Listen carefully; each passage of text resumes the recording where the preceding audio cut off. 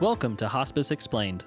This podcast is intended as an educational aid and is only a resource to begin to understand the end-of-life season. It is not intended to be a substitute for professional medical advice, diagnosis, or treatment. Please always seek advice from your physician or qualified members of your healthcare team with any questions regarding a medical condition. Hello and welcome to Hospice Explained, episode number 92. I am your host, Marie Betcher, RN. This is just one of my short episodes. I'm going to talk about the movie After Death. It's a documentary drama. You can watch this on Fandango at Home, Amazon Prime, YouTube, Google Play Movies and TV, Apple TV, and I watched it on the Angel app. The movie Afterlife is based on survivors' near-death experiences. The spiritual and scientific dimensions of mortality in the afterlife are discussed with the authors, medical experts, scientists, and survivors. I recommend this movie. I found it to be thought-provoking and encouraging. If you had any questions and wanted to listen to somebody who has had near-death experiences, these are great encounters. In the movie After Death, they do interview the author John Burke. John wrote the book Imagine Heaven, Near-Death Experiences, God's Promises, and the Exhilarating Future That Awaits You. That book inspired me to start sharing stories on my part-time podcast, Hospice Encounters. That podcast is 2 years old. It has about 23 episodes. I will include links to Hospice Encounters in my show notes.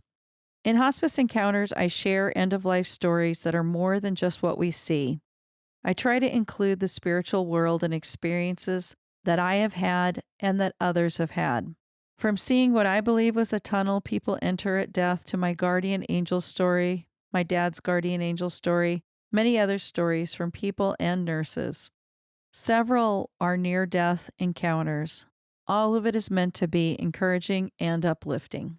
In the movie After Death, they also discuss blind people from birth who were able to describe their surroundings with amazing detail. I feel that this really gives some validity to their experiences.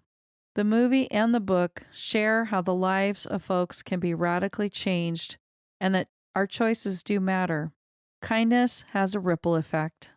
Just like my goal for this podcast, it has a ripple effect. And I know that over 2,500 people on Apple Podcast alone have listened to this podcast. I'm really grateful that people are sharing it, and I'm really grateful that people are gaining comfort.